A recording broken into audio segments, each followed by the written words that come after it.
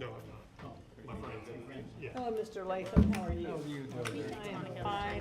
Transit And here with then me. the- She doesn't I need to would stop. be, but they'll not let me get on. We're going to call our meeting to order. Carrie's not here.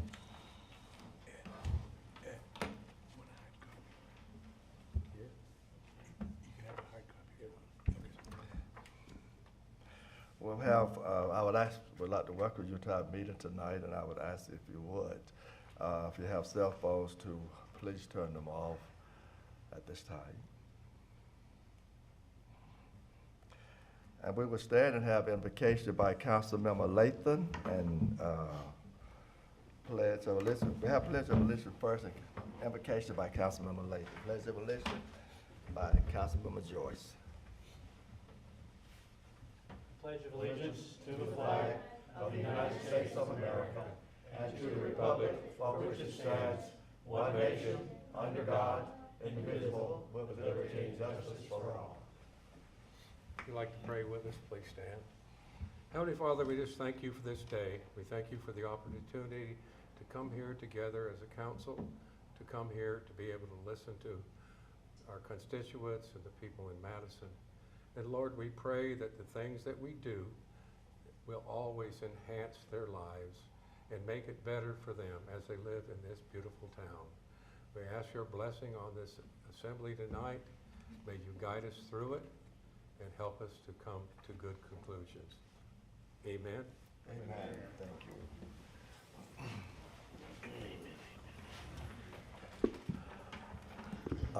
Four council members are present tonight, and I'm sure one may be on the way, Councilmember Mayor Pro Tem Reed.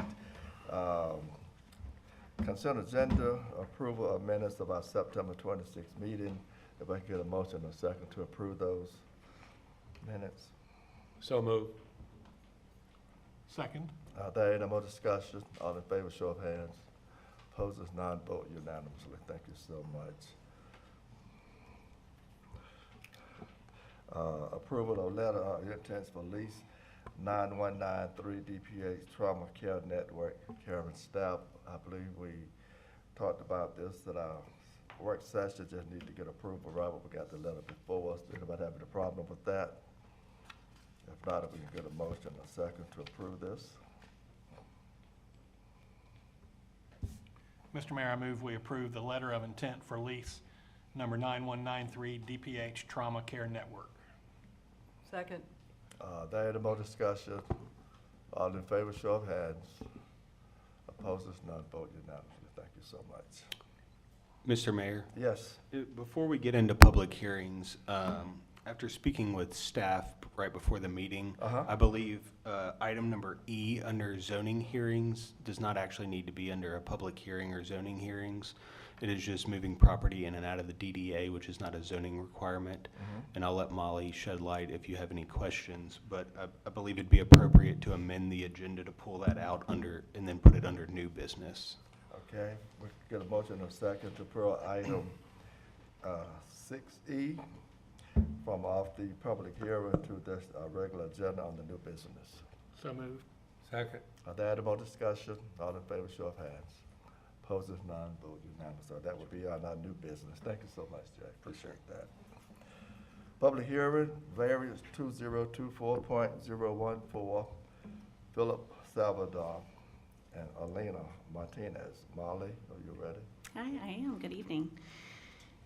Felipe Salvador, on behalf of himself and Elena Martinez, requests a minimum lot area variance from 0.25 acres to 0.23 acres on proposed Lot 2, and 0.25 acres to 0.22 acres on proposed Lot 3 at 1041 Lark Martin Street, or M22042, to split the current one lot of record into 3 lots of record.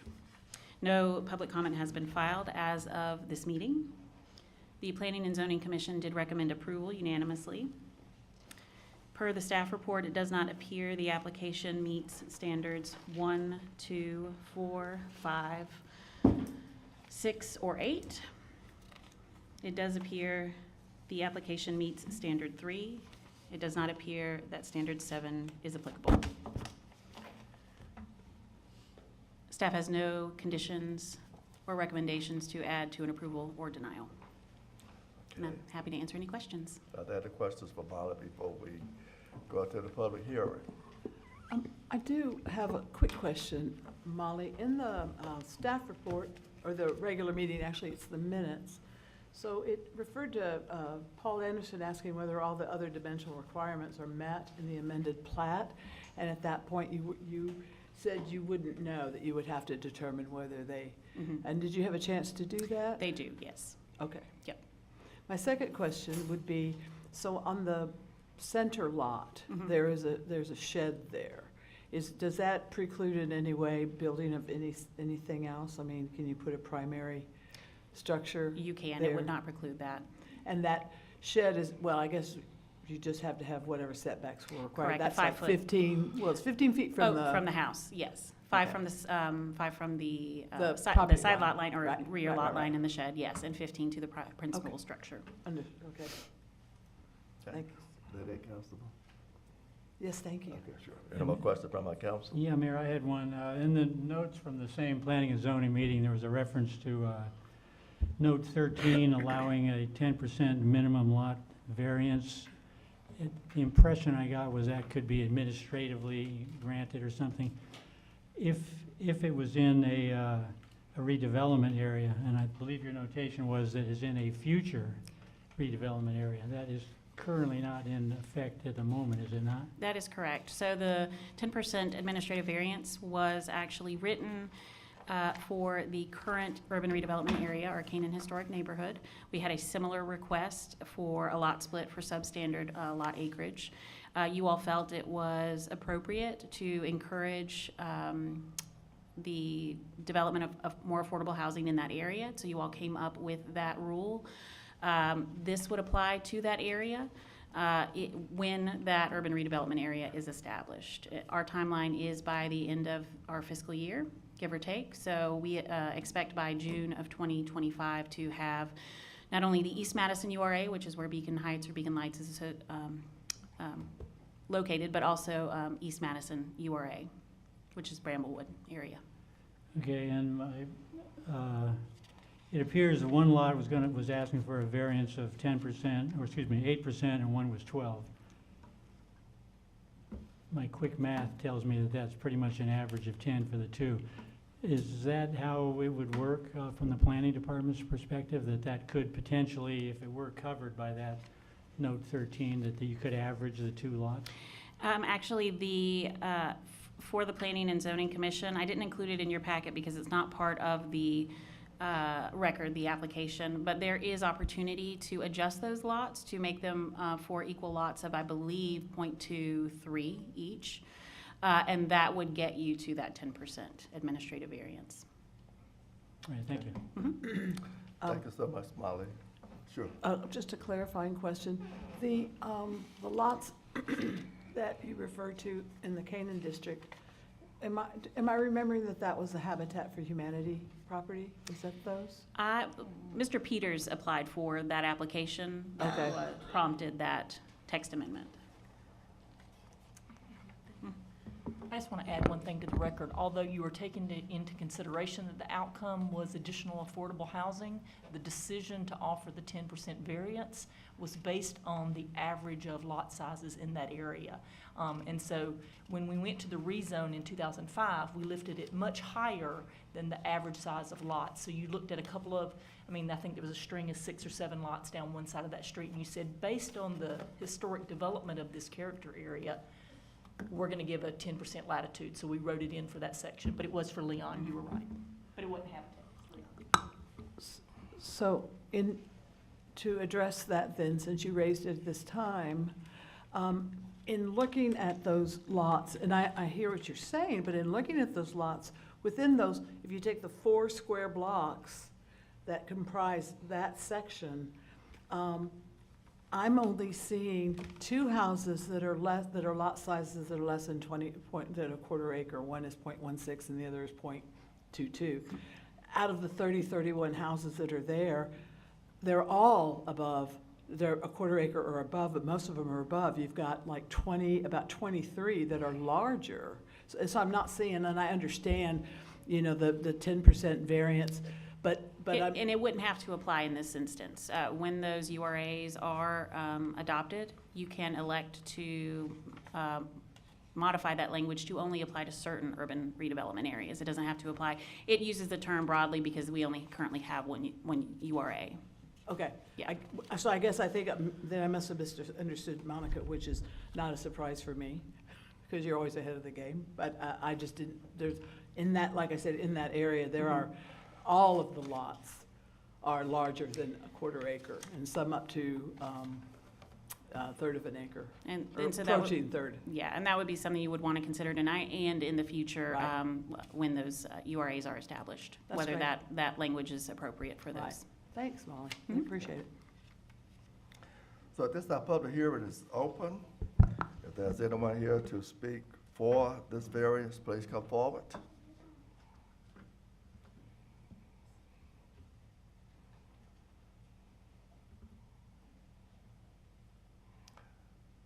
And I will note, Mr. Salvador is here to answer any questions you might have. Okay. Anything you would like to say to us, Mr. Salvador? You're free to come up. You okay? Thank you. Anyone here to speak against this variance? If not, this public hearing is closed. It's back to our council for debate or motion and a second to approve or disapprove.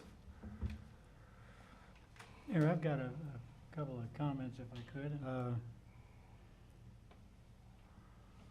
You know, I really wish that one of the criteria that we're supposed to use when we grant variances would be kind of maybe in the common sense realm of things, but it's not. We have rules called the zoning ordinance, and it's to protect our citizens so that our town can develop the way we want it to develop. So houses aren't too close together, both for fire reasons and for aesthetics, and a whole bunch of rules that the vast majority of which are really in the public interest, I think. Maybe not all of them, but a vast majority are. But we are allowed to have an opportunity to make a few exceptions, and that's under the variance opportunity. However, there's no real, you have a list of standards here, and as Molly, I believe, pointed out, we've got 8 standards, 7 of which apply in this case. And unfortunately, this application, in my opinion, and it appears to be the opinion of the planning department as well, fails 6 of those 7. So does it require all 7 to be in favor? Probably not, but I would think it would certainly, we'd want to have half of them apply to grant a variance, and only one of the 7 seems to be in the favor of the applicant. Let me just add one more comment on the subdivision and the opportunity to provide more affordable housing. I'm very proud of what this city has done in its efforts for affordable housing. In this particular case, we can accomplish that by doubling the number of houses on this lot by splitting it into 2. That's a pretty nice increase in affordable housing opportunities.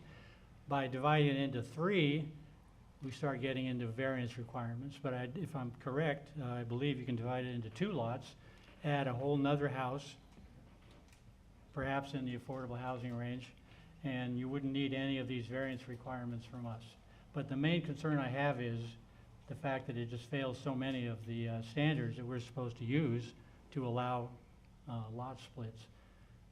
I feel for Mr. Salazar and his family. I think their interests are pure, but unfortunately, I think we have to think of the greater good, and that means protecting our zoning ordinance in this particular case. And I noticed it was a unanimous vote from the planning department. The Planning and Zoning Commission unanimously recommended approval. And was it because of affordable homes? They felt that the request was de minimis and that they wanted to support more affordable housing in the area. Okay. I think Councilmember Joyce said that that's a standard for houses to be a certain distance apart. So are there any houses in Madison that's closer, that's about the same amount closeness to these 3 lot size homes, or? As far as size, right, I mean, the 0.25 acre area, we see a lot of that in Canaan.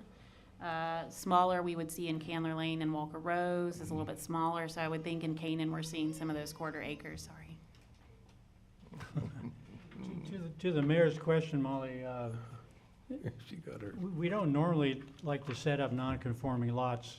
We have a lot of non-conforming lots in the city of Madison, but they're historically non-conforming. Don't we have sort of a general policy? We don't particularly like creating a new non-conforming lots, and here we're creating two or maybe even three non-conforming lots, where we can avoid that by dividing in two instead of three. That's correct. We do attempt to avoid specifically nonconformities related to acreage and building width or lot width. So was this concern more or less families being able to stay That's close? all. That's been my understanding from the beginning. Yes, to subdivide, to build 2 homes for his children. Okay. Any other comments from our council?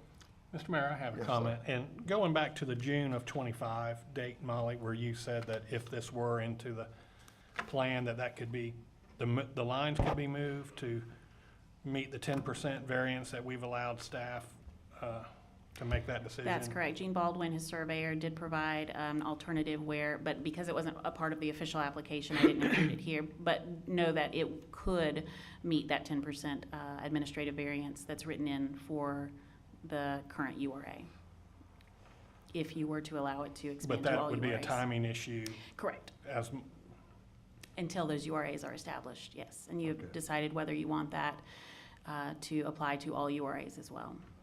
Okay. So when we speak about timing issue, we're looking at 6 months or a year? Okay.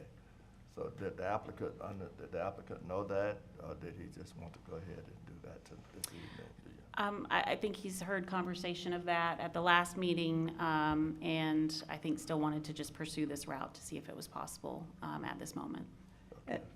And if I may, Mr. Mayor, Sure. it's it's not certain that the URA, if we establish one for Beacon Heights, will conform, will that 10% variance, administrative variance would apply anyway. I mean, those are things we have to kind of consider. And if you had looked at like the Q Public map, you'd see that kind of the logical thing would be to split it in two. You know, all the other neighbors in that, like I said, in that district have about that same size of lot. In fact, that would create almost those same, a little bit larger lots. And if you think about it, I get it. I mean, I'm not sure that this really addresses affordable housing. I mean, in the sense that when we work to make affordable housing happen, which I completely support, and I totally appreciate wanting to do something for the family and have, be able to build for the family. On the other hand, that can't be what motivates us to give a variance and reduce lot sizes and make them non-conforming.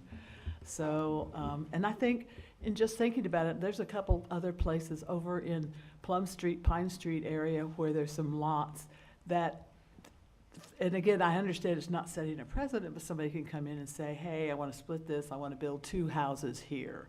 Well, I think, once you start getting, and again, I hate to use the evil D word, density, but I think a lot of times, and the neighbors get comfortable with the size of lots they have, the size of lots their neighbors have, and all of a sudden you start throwing more houses in, and it just feels cramped, and it's kind of like some of those neighbors, honestly, it's not what they signed up for either. They're in an area that's zoned quarter acre, so, those are just my thoughts, so I appreciate that, thank you.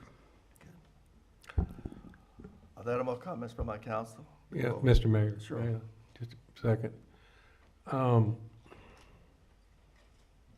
When I look at this and I think about as we move forward, I understand about the little changes that are happening. And unfortunately, I think we're going to eventually have to kind of come to another century. And I'm sorry, another what, Ed? back to the 21st century, And I totally understand the historic values and under that, but we got people that live here that the difference between a quarter acre and 0.23 acres is pretty insignificant. And so I asked that question, Molly, that they both have adequate road frontage, all of them do. And as we go and we grow, we need to try to make sure that we can help all of our constituencies, not just a select few. And I've been pushing for this. I would prefer that the applicant would wait and come back and do what we talked about, but in listening to the council, I don't think they will be in favor of that. So I would encourage us to look at that as an alternative and plan it out and use common sense, like Eric said. Sometimes it's common sense.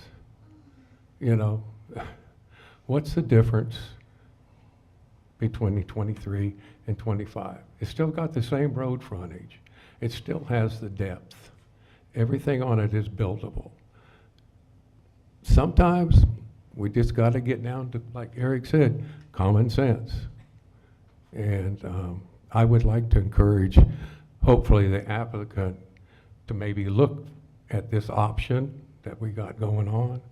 But then I think we need to come back to the council and see if we can get support for that. That's my suggestion. Mayor, if I could just add another quick comment. I'm sorry to take up so much time, but two things on that. I generally kind of agree to a certain degree what Ed is saying. There's no doubt in my mind that if we are really adherents of affordable housing, we have to find a way to get smaller lots.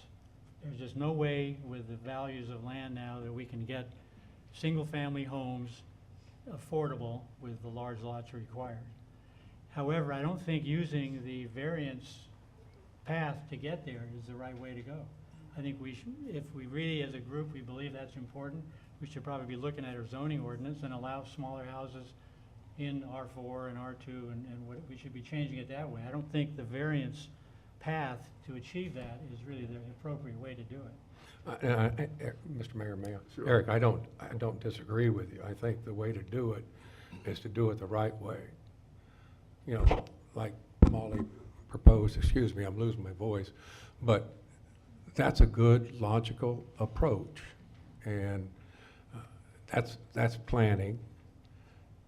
But I would rather not do a variance. I would rather us plan it out. That's just my thoughts. Thank you. And I think staff is also saying that if they had the opportunity to go back and take another look at that and then come back later, let them get something in place as well. Is that right?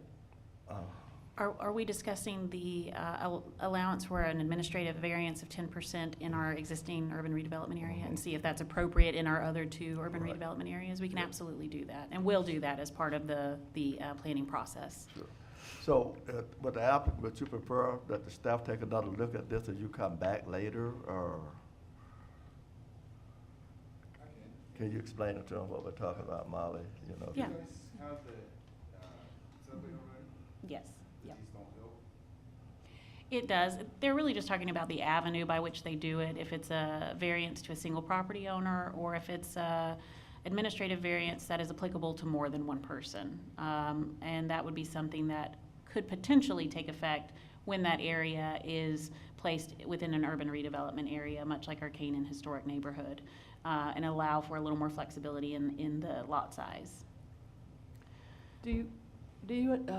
Salvador, do you understand, or do you understand what she's? Okay. Okay. So if you would, just like to withdraw this and just come back, get with staff, maybe later, just come back. Any other I don't know, that's sufficient. Do I counsel, are you in agreement with this, council members? I would just caution, Mr. Mayor, that with, and it's been said, and Right. this is a tough one, because on both sides of it, I can find compelling reasons to deny it and to approve it. I mean, it's one of those things, and you want to be level-handed in what we've done in other places. But, I mean, obviously, there wouldn't necessarily be an assurance that we would go that Absolutely. route, but it's a possibility, so. Right, at least to get, right. So is council, you in agreement with this, all council members? Allow him to So are you asking Mr. Salvador if he would like to withdraw his request and await urban redevelopment designation? Right. So he would need to come up to the podium and make that statement, I believe. If you could just sort of guide him along, if you would come up to the podium, Mr. Salvador. Puedes venir aquí por and un you rato. come to the- Mr. Mayor, Sure. she speaks Spanish. So, ¿Sabes qué? Ellos quieren esperar hasta que Oh, cambia okay. las reglas un poco para ayudarte mejor, no para, porque en este momento es difícil, porque no hay una regla específica exactamente que dice, ya, es puede. Por eso es la conversación sobre esta idea. Entiendo. Pero después de 4 meses, más o menos, tal vez algo va a cambiar que te permite tener lo que quiere más fácil. Gracias. Okay, so, ¿hay apuro ahora para cambiar? No, Okay, no hay apuro. no. Entonces, realmente todos de nosotros pensamos que debes esperar pocos meses y regresa para cuando cambia las reglas, pues. Ok, Okay, is that okay? Sí. Entonces, ¿está bien que esperas? sí. Okay, so he'll wait, you'll wait, so you can, if you want to ask him, Mr. Mayor, or whatever. So you'll like to wait until staff take another look at this and come back Sí. to us at a later date? Yes. Okay.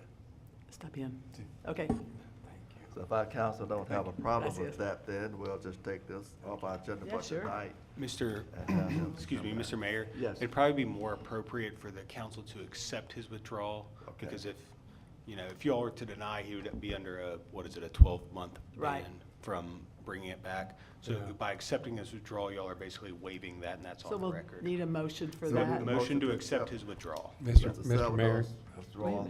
Go I later. make a motion that he withdraws his application. Second, Are there any more discussion? All in favor, show of hands. Opposed, none, vote unanimous. okay. Thank you, Mr. Salvador, for working with us. Thanks, Molly, appreciate that. Public hearings, variance 2024.015, variance Julie Weiss, Dan Weiss and Julie Weiss. Molly?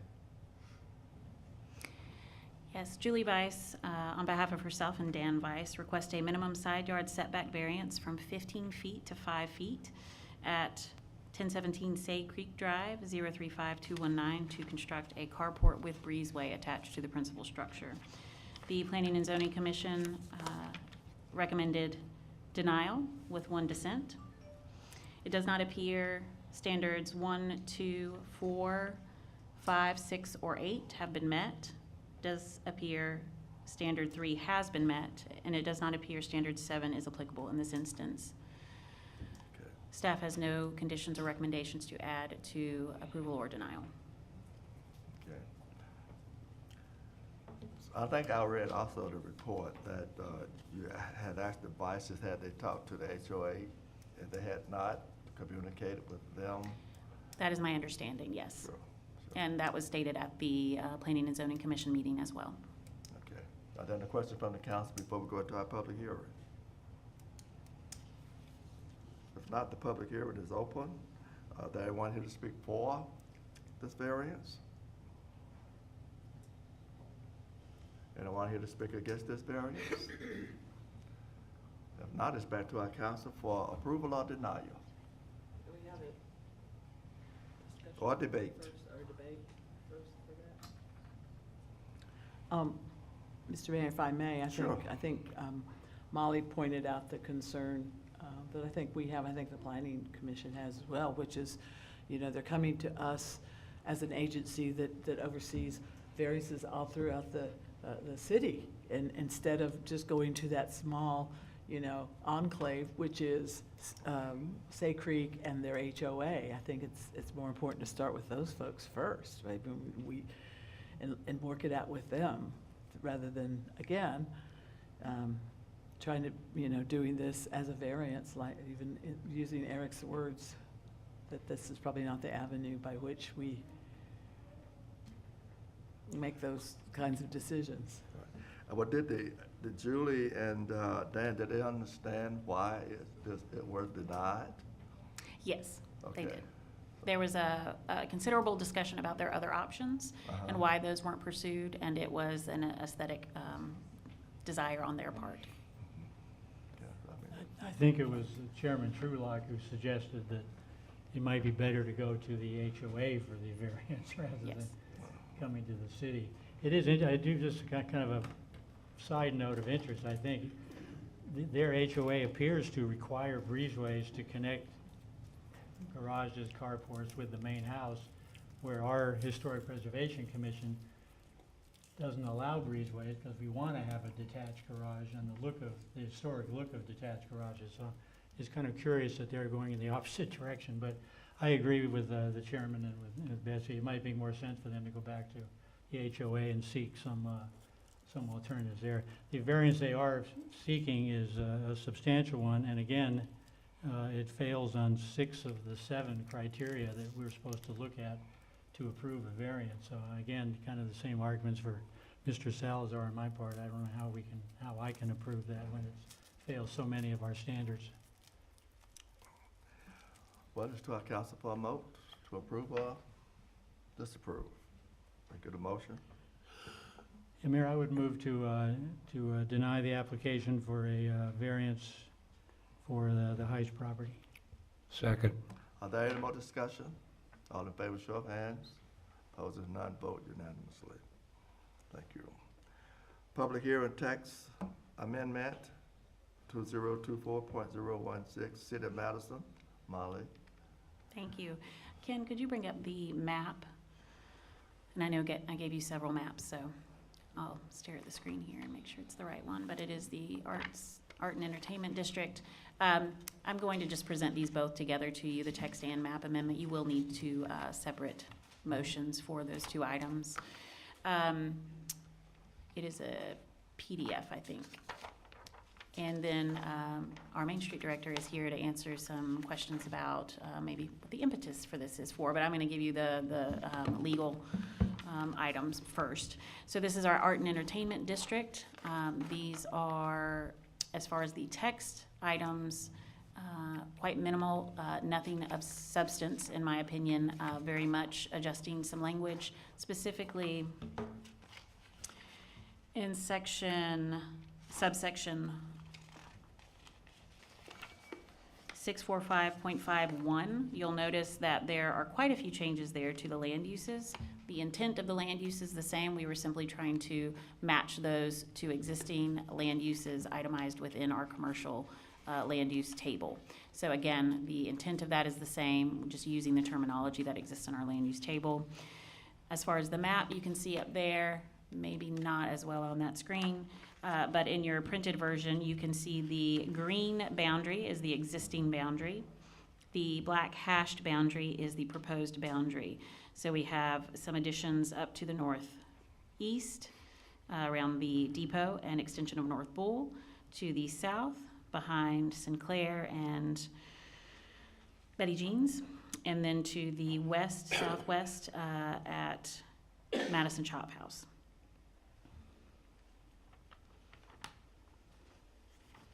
And you'll notice specifically that this section of the ordinance deals with our limited scope pouring license. So that is during events that those individuals are hosting or during Main Street events that they can pour, even though they might not have a license to do so.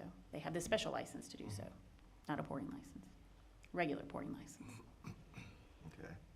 Any questions or comments from the council before we go into our public hearing? If not, our public hearing is over. Is anyone here to speak for this text amendment? If I Sure. may. Sure. Sarah Wybell, I'm the Main Street Director with the City of Madison. I live at 304 North 2nd Street. I wanted to speak a little bit for this as it is within the Main Street service area. And with the Arts and Entertainment District, part of this came around, well, the main part came around from Colleen and I working on moving forward with the Open Container District, which is already adopted in the city ordinances, and that is tied directly to the Arts and Entertainment District. So in looking at the map boundaries of that, it became apparent that of the restaurants licensed to pour alcohol for consumption on premises, who the open container district would apply to, the Chop House was not included in that because it was tied to C1 zoning. And the Chop House itself is non-conforming to P2, which is the zoning area that it falls under. It has 0 lot setback from the sidewalk. It has brick sidewalk in front of it, which was meant to delineate more of the C1 commercial district area. And so I wanted to be able to include them in that opportunity for that. And in looking at the maps, we were looking at other areas and reasons of if there needed to be any other changes. That included going back a little bit to include the lot with Sinclair and Betty Jean's, going back a little bit further for any potential development that happens there, and going out to that innovation area near the depot across the railroad tracks where it's going to be planned for a business, starter business incubator area. And we know that that's the plan for that area as well. So it would be, it's a little forward thinking of trying to think through if there are businesses that have a license through the city and state laws to pour alcohol for consumption on premises, that they also have the opportunity to partake of the open container district and allow for carry-out beverages. So that was part of the impetus that brought this around, and why Main Street would like to be inclusive of existing businesses there, and also be forward-thinking for future businesses that will fall under the Main Street, hopefully, area within, potentially behind the Sinclair. And that's my comment. Sound like you're on target. Thank you so much. Is there anyone else here to speak for? Monica? Yes, sir. This evening I'm representing the Downtown Development Authority. That's why I gave Sarah my seat tonight. So she made sure that she wanted me to speak for the amendment she brought to me. When she came into my office and said, hey, I have one restaurant that's not in my service area, or not in my potential, we want to call it a wobble zone, but I know that's not appropriate to say that, but for the shop, sip, and stroll approach that we've used in years past. And she says, I've noticed that one of our strong restaurants is not in that boundary. And I said, well, that's because when we drew that boundary, Ann and I had no idea what it was going to pertain to. We didn't know if it would be alcohol service, if it would be some special programming, extended sidewalk sales, extended hours.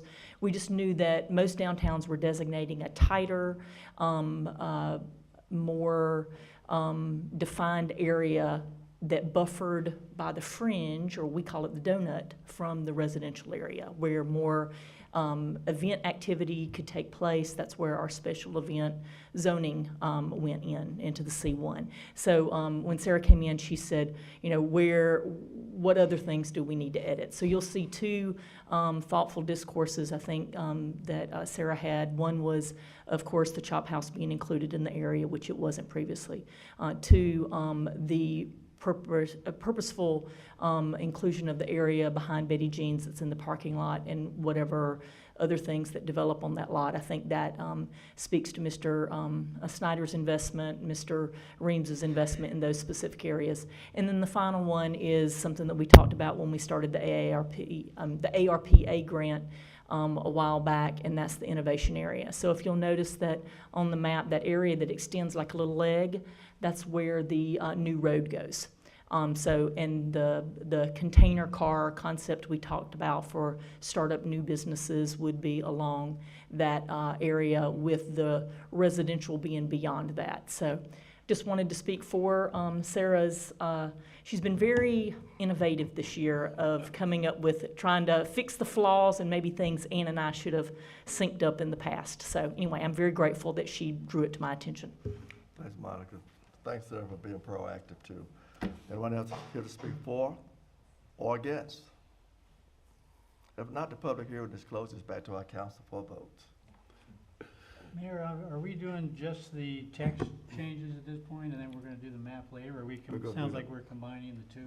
We do the map, I guess, the next day. You want to combine them, Molly? I guess Well, I some heard of the it was comments after. combined, but I think we're just- I would prefer them to be taken separately. I know the staff can make their recommendations all in one, but we need to have a public hearing, then a vote for the text amendment, and then a public hearing and a vote for the map amendment as well. So as far as the text amendment goes, since we've had much comment of ballyhooing the values and the virtues of common sense, as I look at this, basically it looks to me like we're trying to allow startups, which is currently an allowable use evidently, and to extend the map a little bit, but we'll be getting to the map later. So primarily, as I look at the wording, it's got to do with the pouring license and the change to allow the startups. Is that kind of the gist of the text changes? In a very simple, dumbed-down version? By startups, do you mean the entrepreneurial spaces along North Yeah. Pole? Yes. Okay. Mr. Mayor? Yes, sir. I have one real quick question.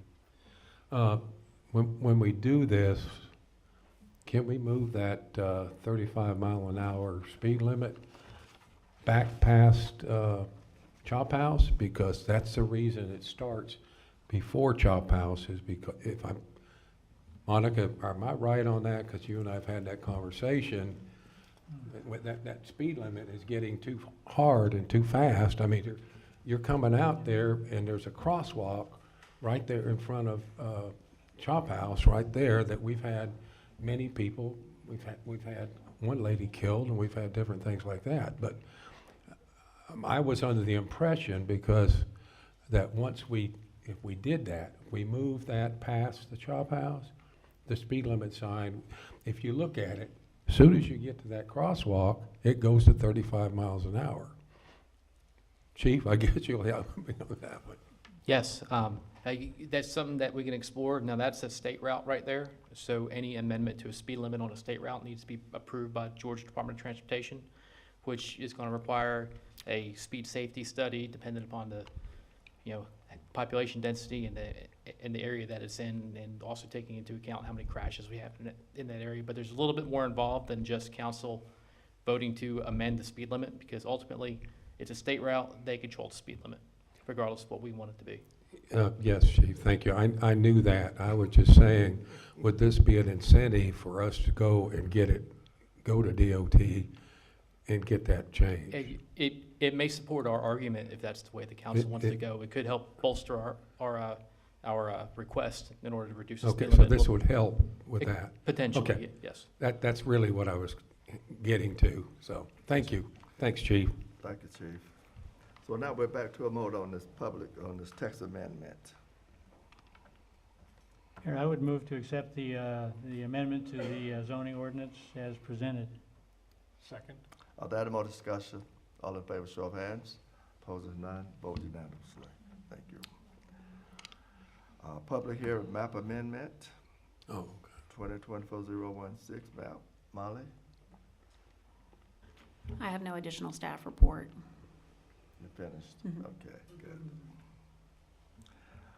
Public hearing, because this is a new business, Central Business Special Tax District. No, you'll still need to have a Public. hearing for the Yeah. map amendment Public- portion and then a public motion. Okay. Mhm.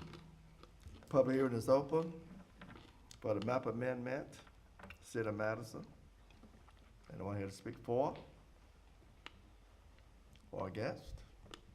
Public hearing is closed. It's back to the council for a motion and second. Should be quick. I do understand the logic, Mayor, of the extension for the Chop House and for the ones at the I guess, the south side of East Washington and Jefferson. Could you kind of go over for me again the extension to Fifth Street up there in that up top corner? 'Cause I know there is a house right on that lot, right next, most of it's DDA land, I think, Ed, isn't it? But there is a house on that weird shaped lot right to the right of that. Sorry. So the rationale was, again, because of that depot and the innovation area that's planned for that area. Now, there could be any types of businesses going in there. There's also plans for an entertainment area, a smaller venue for events and other activity to be going on there. So it makes it a natural hub to continue that You extension, mean if you would. The depot Like you're to- talking about, or? Yeah, the depot and that area up there towards that leg that's included. And so that was the rationale behind that, was just going ahead and thinking of the fact that there would be businesses in that area. There's an entertainment venue and location to try to make it a hub of activity going on up there. And so then it's up to you if you would like to extend it in that manner, same as it's extended and offered for the other businesses and activity areas within C1. That answers your question, council member? It does, yeah, thank you, Okay. Mayor. So you ready for a motion and a second to approve this map amendment? So move. Second? Is there any more discussion? All in favor, show of hands. Opposed, none. Vote unanimously. Thank you. Map amendment, Census Business Special Tax District, Sarah?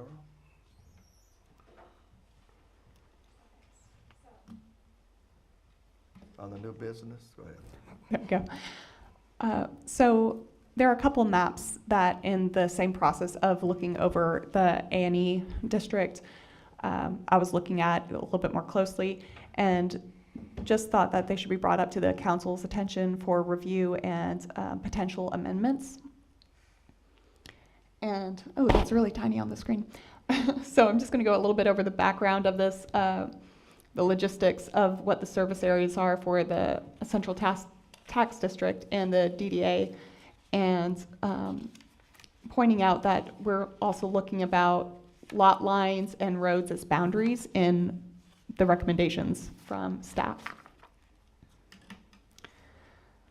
So the background of the Special Tax District, which is the Main Street service area, that was adopted in 1984. It has only been amended once in 1995. And this is one area where we've got a lot of businesses, a lot of residential, well, not a lot of residential, but some residential and other areas mixed in. And I wanted to make sure that businesses are properly being included and what is applicable to that, the services that Main Street provides, and then also the downtown development area.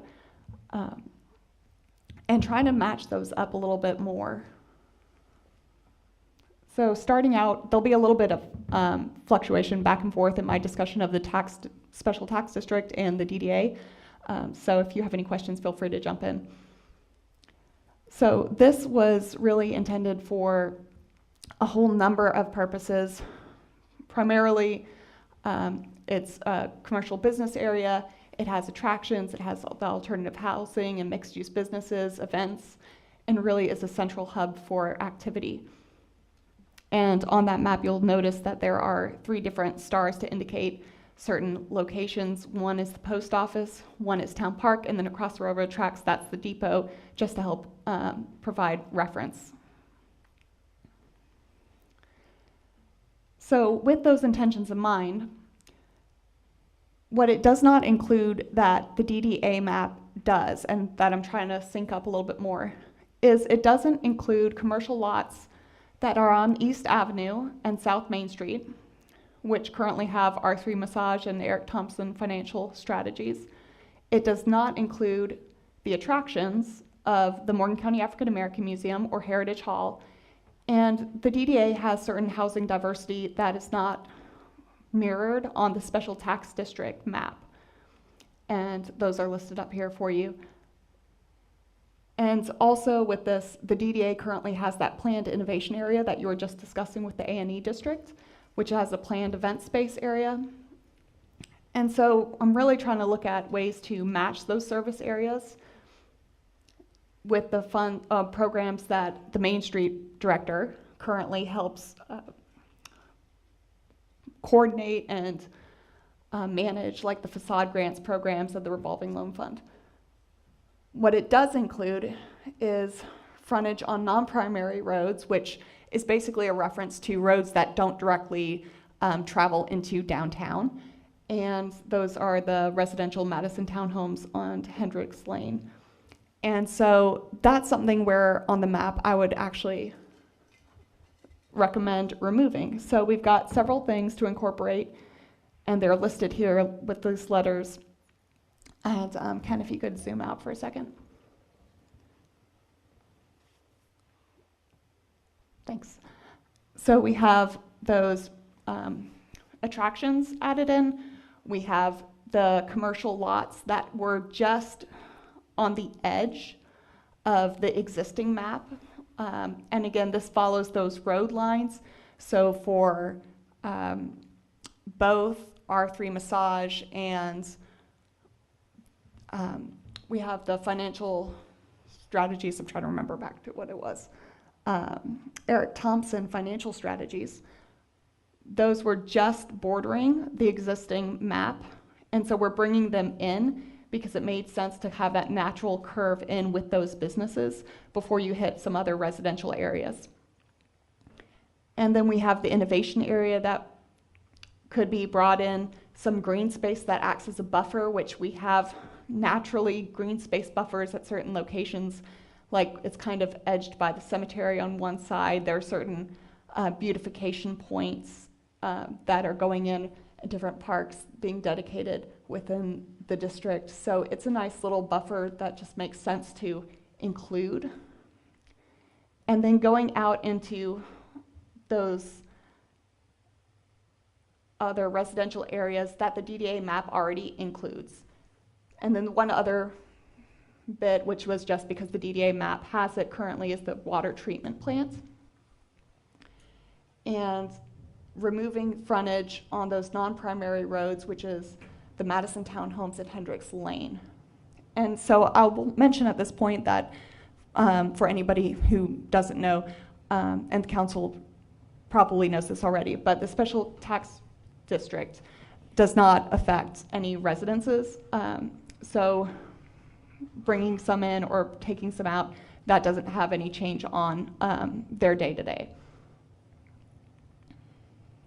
So this is a difference from the current map on the top left and the proposed map on the bottom right of the areas being brought in and the area, that G to the lower right, being removed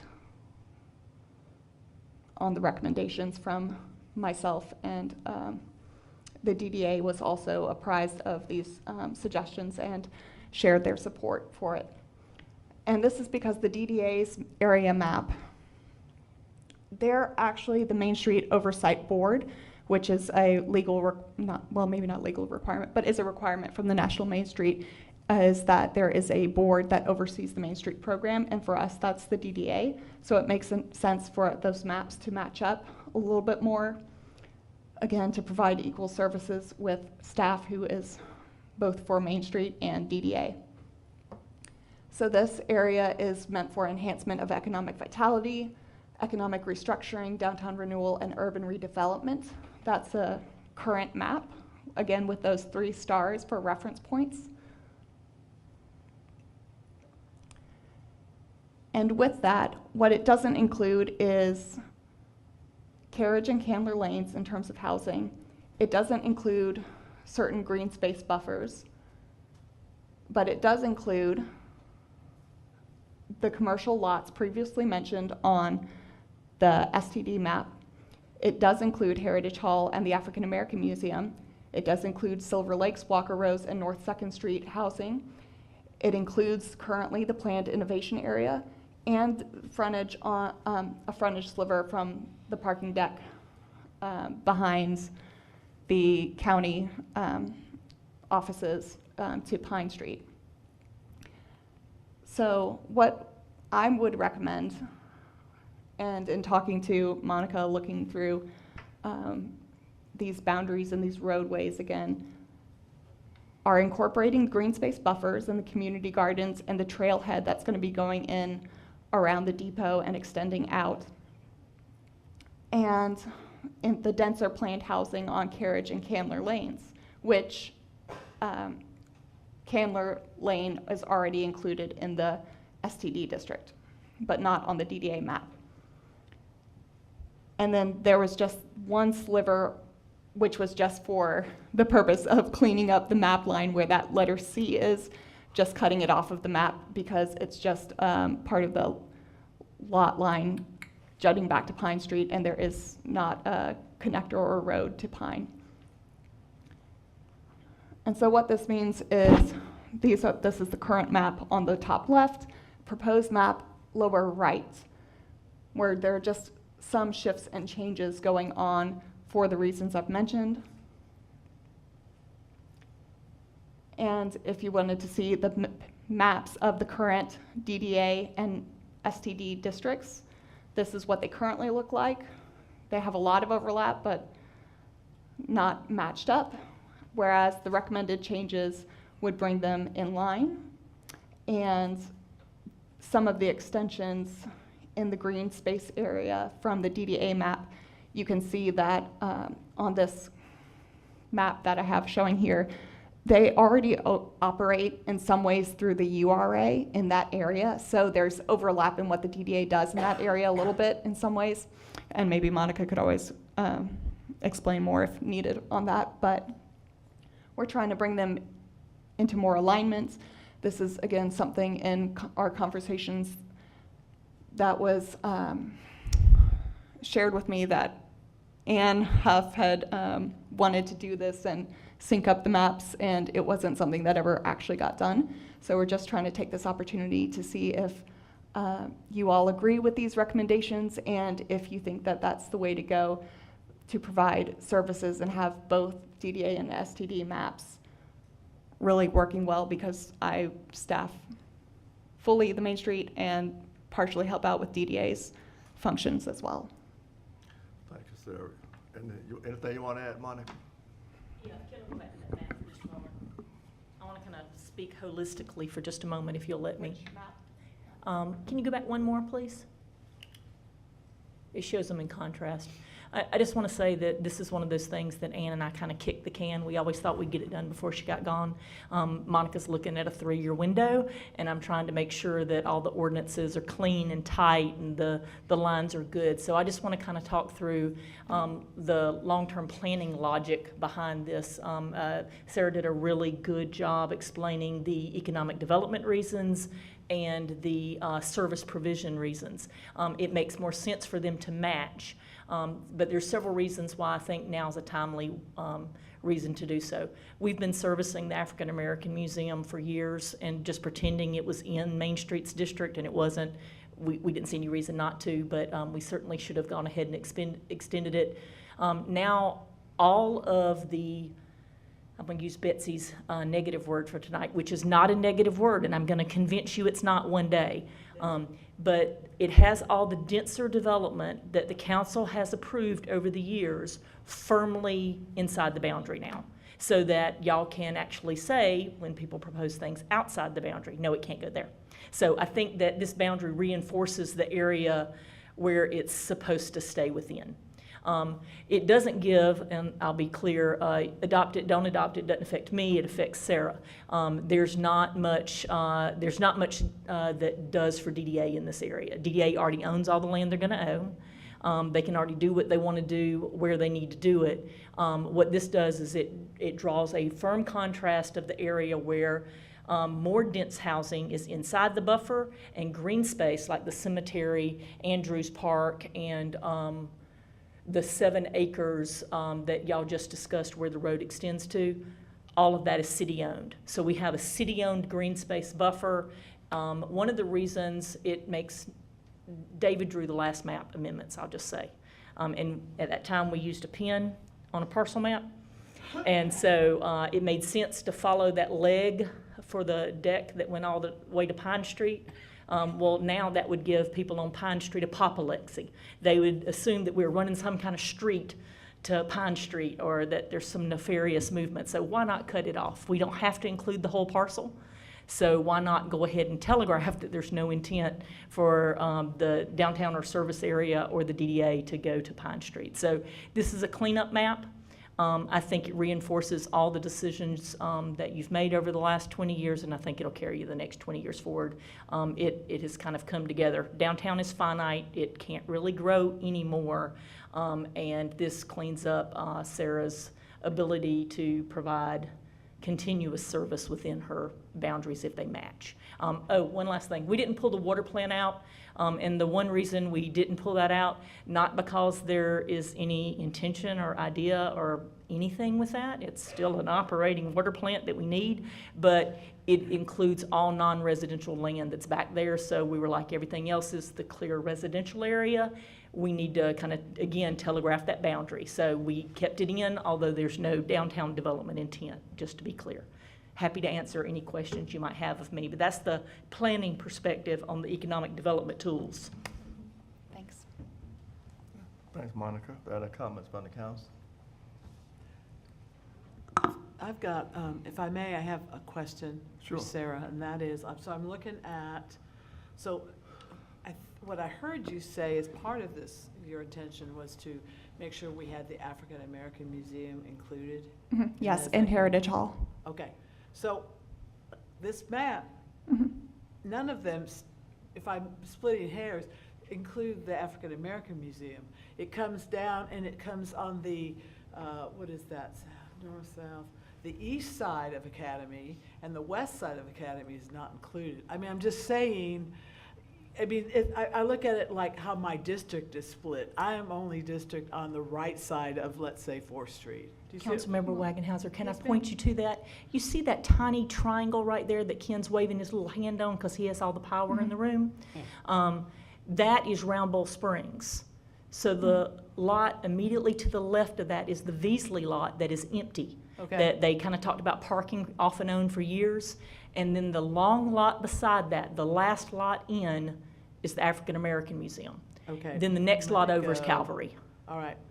All right. So the intention was there, and I hope we drew it correctly. Okay, no, that's, I'm sorry, I was looking at the first map. And Oh, it's that's like, okay. what? I was- Oh, did I reverse it? It's Round Bowl Springs, then it's the Veasley lot? I mean, Round Bowl Springs, African American Museum, then the Veasley lot. See? I can- Even I can be wrong all the time. What? No way. But it's within the district. What's that? It is within the district. Yes, in the proposed Yes, it district. is. I was looking, the first one didn't include it. The second one, when we're looking at those, never mind, doesn't matter. It's, Any more comments from the council? If not, we can get a motion and a second to approve this map amendment. If I could, I understand the logic of extending the business district, that they all benefit from efforts of Main Street, many other downtown programs, so I understand that. I'm a little confused here why the DDA, I represent Candler Lane, for example. The first houses built there were 1998, and many have been built since. So the oldest houses there are 26 years old. I realize you're trying to match up one map to another, but I don't understand the logic of, in that one example, of why Candler Lane is included in the Downtown Development Authority. Well, in our discussions, that was all of the planned high-density residential, and Candler Lane was one of them in the discussions that we were talking about. And I believe, also, I'm going to use my controller to go back to the original. If you see on the original DDA map how it kind of curves over the road frontage, to the entrance to Candler Lane, and includes those businesses to the right.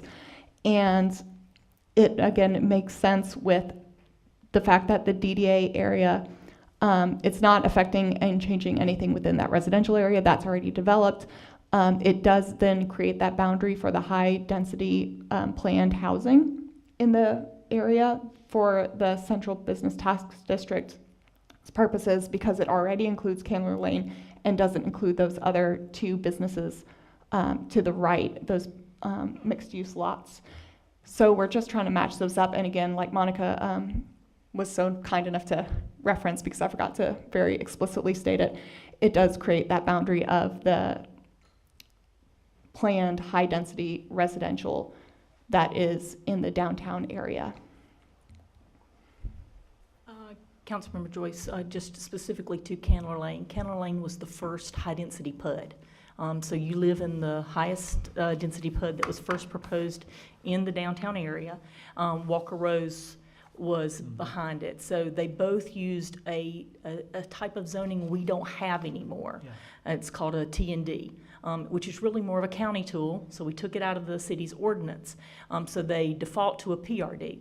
So now you have both congregate and detached high-density PRDs are all within this area, and they make more sense in this area as opposed to proposing that they go on outlying areas around the area. So there is no effective change. Like Sarah said, residential doesn't pay the tax because they don't get any services. But what it does do is it puts all the land classifications that are similar in nature. Anything that is tighter than a quarter acre is inside of the downtown development area. And so therefore it becomes and here I am talking against density, listen to me tonight.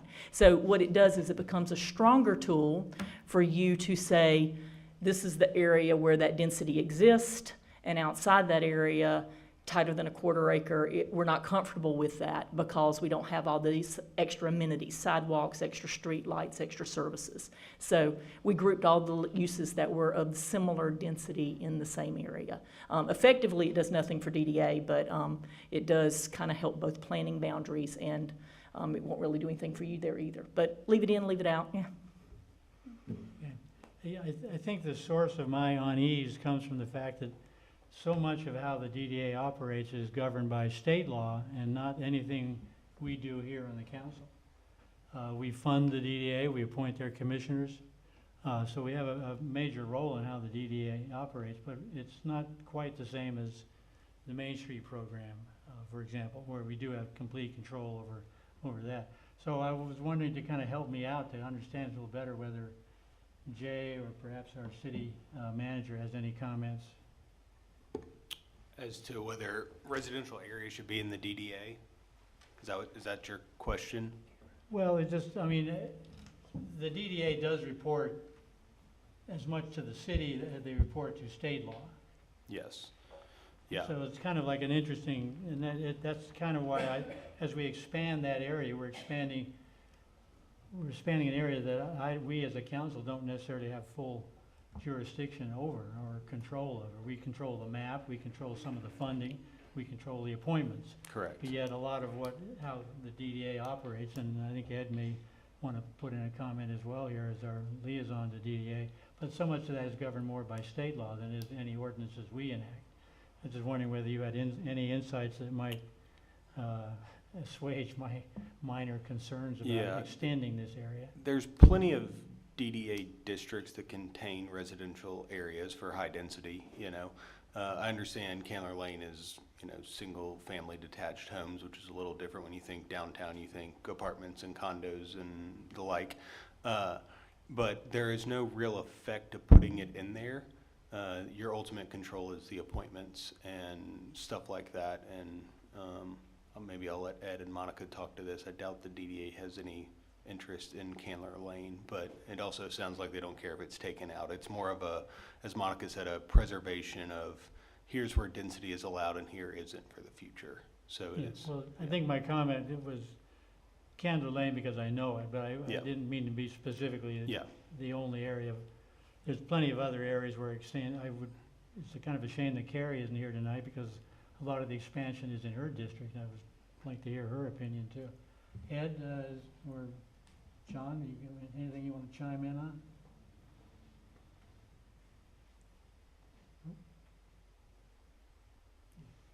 All right. Monica has came back to the podium. Monica? Yeah, I have two more comments. One is DDA would never acquire Candler Lane, not because it is not fabulous and wonderful, but they'd have to acquire 18 lots that are very highly priced. That is not an economic redevelopment opportunity. It does not need to be redeveloped or revitalized. It's not suffering from decline, and it would not meet the threshold test for DDA to even touch it. They don't have that kind of money. Second of all, I just wanted to say that, and I lost my train of thought on that, but it doesn't have, if the fears that you're worried about or the concerns that you're expressing are URA related, remember this is the DDA area. The DDA does not possess URA powers within the DDA. The DDA powers are very different, and they're not as, they don't have as much latitude to not follow council instruction that the DDA does.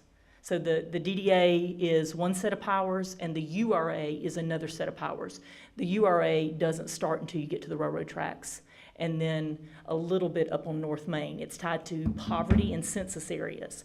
There is no poverty in Candler Lane, there's no poverty in downtown, pervasive poverty, that is. And so it doesn't apply to the downtown area. So if you're worried about them using those redevelopment powers that are much stronger, they don't exist in the downtown development area. It's 90 acres. The URA is 350 acres, so, or 300 acres. They're two different animals. If your concern is about the URA powers, they're non-extant in this district boundary. But I would say that if you have any concern about leaving Candler Lane in, then I would like to suggest to the council that you take it out of both maps. I mean, I just think that it's important that they coincide for the first time since 1984. They need to line up. But I do think that it's a stronger boundary for future decision-making if both of your really high-density front-end clusters that went into the community are instead of floating out in the historic district. That's my piece. I didn't mean to focus on Cannon Lane. Carriage Way, I also represent those neighborhoods, and they're same arguments either way for them. I do see the logic of matching up the maps, but Make 'em- anyway, thank you for your time. Okay. That will count. Comments from the council? If not, And I just have one little question. When I come in East Avenue coming downtown, I pass a sign that says entering commercial drug-free zone, which is quite a bit up above where we're going as far as commercial. I mean, I think it's probably at least 3 or 4 blocks away from there. So I don't know where that stops, the commercial zone. There's commercial zone there. It used to be, there was a bookshop or something right there, and now it's a house. But the sign that says it's commercial is quite a bit further out than that. So I don't recall exactly, I may not have noticed that sign specifically of where that is, so I can't really speak to that. I know that currently the central tax district does extend up to that yellow house that I believe Yeah. is blanking on the name, same as Chop House, Reams, Pat Reams owns and had been Dog Ear Books at one point in time. So that tax district does extend up, and then maybe Monica might be able to provide more clarity. I think to it's your- up I'm just going about to speak to the Comment. drug-free zone signs. So the drug-free area zone signs are tied to they're not tied to our a zone. DDA, and they're not tied to the SDD. I just talked to the chief. We're not sure what they're tied to specifically. We'd have to research that a little bit. It should be commercial districts, and a certain distance from them is what regulates the signage. But I don't know. The chief said it might not be a state law. It may be a local law. We could check on that for you, but it is not controlled by either of these boundaries. I was just raising that question because I thought that would be further down into town, closer, but it may be, has to be. Well, you're thinking holistically tonight. I got the transportation comment for later, so. No, that's it. Where was the sign? It's just about, it's on the right-hand side, just above Vine Street. On East Avenue. Oh, on East Avenue.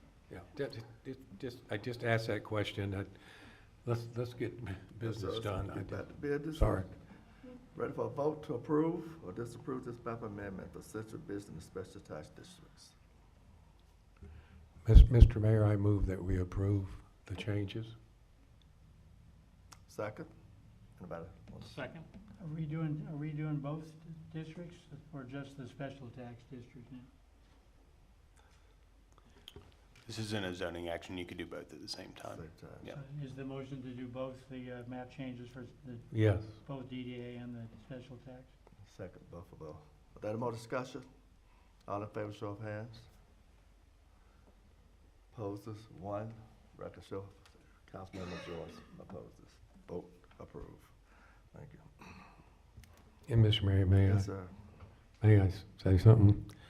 Eric, I appreciate your vote, and I can totally understand it. Well, thank you, Councilman Lynn. Nathan?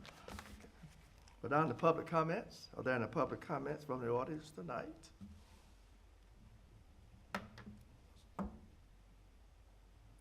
No public comments. Sarah, you want to talk about the Christmas tree lighting tomorrow night? Absolutely. Tomorrow night is the mayor's Christmas tree lighting. It's the 3rd annual lighting. It's going to be at 6:30 p.m. in Town Park. It's free to attend. There'll be lots of fun going on and some special guests and performances from some of the middle school ensembles. And so we're looking forward to it, and we hope to see you all there, and tell your family and friends. It'll be a lot of fun. If I may, just briefly, not nearly as exciting. We have our 3rd and final survey for the transportation plan update out and live for the next 2 weeks. I'll be sending you all an email tomorrow through Deborah, asking you to share that with your constituents. And we'll do the same with the project advisory group as well. So we'll get the word out as much as we can. And we've got 2 weeks for people to look at our concepts. And hope that you do the same. Thank you. And Chief, I believe you have something going on tomorrow. You want to come up and tell us about what you have going on in our community? Should I get a Santa hat for tomorrow night, Mayor? It's gonna be warm, so just. Sure, Dick, Mayor, Council, tomorrow evening, the police department's hosting a community cookout for the Morgan Circle community over at the Boys and Girls Club in between 5 and 7. I know that kind of coincides a little bit with the tree lighting, but if you're able to make it, we would love for you to be present. Thank you, Chief. And then also tomorrow, we have a swearing in for a brand new officer at 10 o'clock in the morning that the mayor is going to help us with. So council, if you're free and would like to attend, we would appreciate your presence there. So it's 5 o'clock at the Boys and Girls Club tomorrow? Boys and Girls Yes, sir. Club. Chief, did you say Morgan Circle Yes, down in, okay, I know what that is. But the But it's gonna event be is at the Boys and Boys Girls and Club. Girls the Boys and Girls Boys and Club Girls. across the Okay. street and over at their building. Yeah. Okay. Thank you, Chief. Thank you. Appreciate you so much. Any more public comment? Yes, sir. Yes, sir. I would like to get on call for Nate Money, so I can bring my problem to the county. Could you come up front and get on this? Hey, thank you, sir. Melvin, I would like to get on the list for Nate Money, so I can bring the problem that I got to the council. All right, just notify city clerk. If you would just notify city clerk. Well, I was hoping that I won't now, but I see that, I won't on, but anyway, I can get on for Nate Money, be fine. I mean, you want to make a comment tonight? You want? No, it's not about no comment, because it's about the problem that, we talked about 2 months ago. Well, our city clerk will put you on the agenda for Okay, that'd be fine. next month. That'd be fine. Would you prefer our work session or would you prefer our regular agenda? Well, the problem would be a regular general, what that we got to that tonight, because we talked in person, how you don't seem to get nowhere.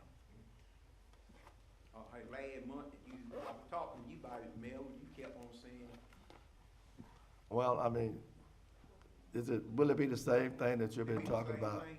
Well, I got more information that I can bring to the, committee on what's going on. Let's make contact with our city clerk and she'll make sure you're on the agenda. And our next rec session is scheduled for the 29th of November. That's right after Thanksgiving.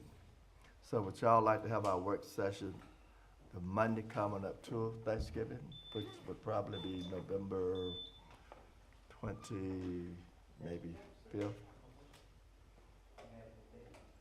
I'd be amenable to changing it. You talking about the Monday before Thanksgiving, Mayor? Right, the Monday The- before the Thanksgiving.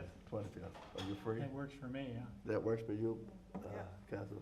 That work for you, Councilmember Latham? Yeah, I'm just double checking there real quick. 8:30 that Monday morning, that's good? November, will you make a note of that, Madam Clerk? Great.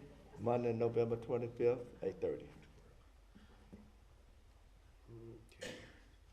No more business? This meeting is adjourned, thank you. Thank And you, that's a Mayor. work session at 8:30. Work session, right. Okay. Okay. He's good.